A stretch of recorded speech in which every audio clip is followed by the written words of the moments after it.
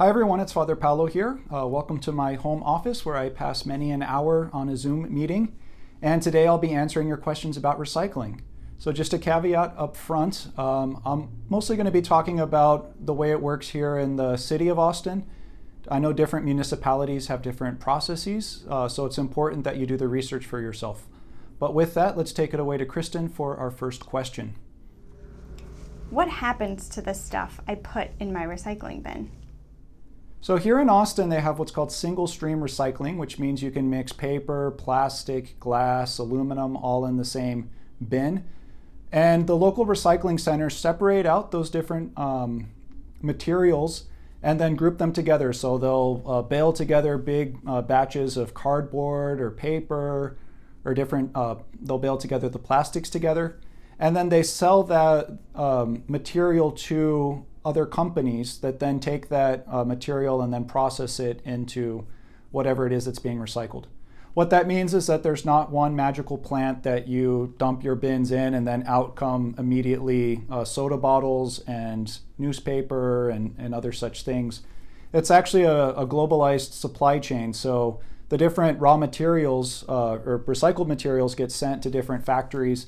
It could actually be all over the world. So it used to be that there were many factories in China that would do this. So what that means is that it's important that you recognize that the materials are separated, and quite often that does involve some human contact and human touch. The conveyor belts are automated, but if something is in there that shouldn't be in there, that could cause a problem. What happens if I put something in the recycling bin that isn't recyclable? Well, as I was saying, if you put something that's not recyclable, it can risk contaminating the process. So what the city of Austin is trying to do is sell different materials to vendors in order to turn them into future products. So imagine what would happen if you put styrofoam in there and then that broke up into little beads, and then those little beads got into the newspapers, or those little beads got into the plastics. That would end up contaminating those materials, because then the factory that would be receiving that couldn't process it well if it's contaminated with that. So it's very, very, very important that you follow the guidelines in order to avoid contaminating loads.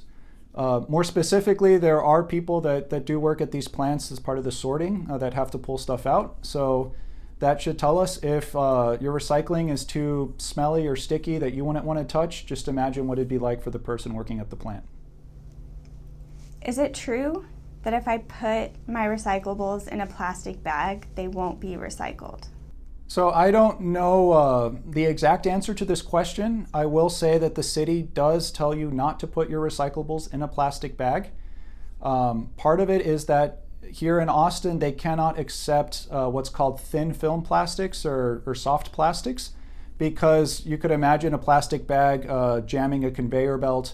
That could cause a huge problem. That could upset the process at the plant and so on. How can I find out what I can and can't recycle? So it's important to do research to find out exactly what the rules are in your area. Here in the city of Austin, we have a website, and there's actually a search box where you can type in what to do with various products, and it'll give you advice whether you can put it in the blue recycling bins for curbside pickup, or if you should take it to a specialty center, or maybe compost, donate, or many things we have to throw in the trash, unfortunately. Is this recyclable? So bubble mailers are considered a plastic film or a soft plastic, and those have to be recycled at specialty centers. Some retailers accept soft plastics, like plastic bags you would find at the grocery stores. Some of them accept that for recycling there. Other than that, the city of Austin has a specialty recycling center. I believe during COVID, it's by appointment only, where you can drop those types of products off. But it has to just be plastic. If it's a plastic paper mix, that's not going to work because it's too difficult to separate. What about things like pizza boxes? So with pizza boxes and other food products in general, even though they might seem like they're made of cardboard or that you're able to recycle as though it were a box, the fact that it's contaminated with that grease or the food residue means that it's not going to be well suited for the processing. So that could end up contaminating a load, and the recyclers do not want that. That being said, if you have dirty paper napkins or pizza boxes, if you have a compost load, it might be appropriate to put that in a compost pile. Otherwise, you should throw it in the trash. Again, it's important that you don't contaminate loads, because that affects not just the product that you're putting in, but it could also mean that the city has to reject everything else that came into contact with it. That costs them time having to reject that, and at the end of the day, that really throws off the efficiency of the whole system. What can I do about things that aren't recyclable? So unfortunately, so many things are not recyclable, especially things that contain multiple materials. So for example, a milk carton, that's not recyclable because it's paper mixed in with plastic. That's not easily separable by the machines. So those things you have to throw away, unfortunately. In general, it's best to try to think about recyclability up front with the things you purchase. So if you can purchase a normal plastic milk carton, that could be recycled more easily than the paper plastic mix that you buy that looks kind of like a square. Beyond that, I would suggest looking at ways that you can either reuse, donate, repurpose things. And again, think about these things up front when you purchase products.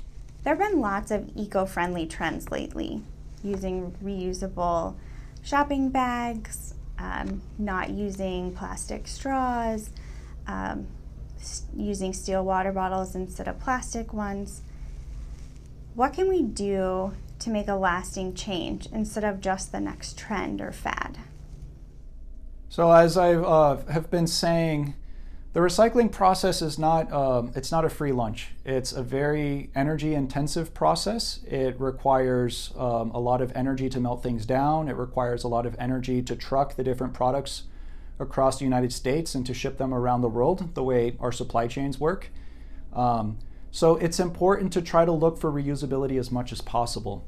I know it might seem like a fad for now, but if you think about the impact of every little thing that you use again and that you avoid throwing away, all those little measures add up. And that's one of the things that the Pope is trying to encourage us, is to think about what are those decisions in daily life that we can make that have an effect on the global level.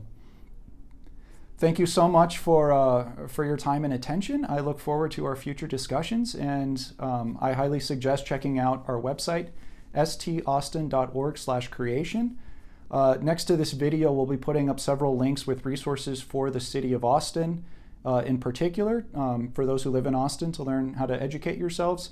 And I hope that this will inspire you to do your own research for whatever municipality you live in, or especially if you're traveling, just remember that different municipalities have different rules. So with that, thank you so much for your time, and God bless.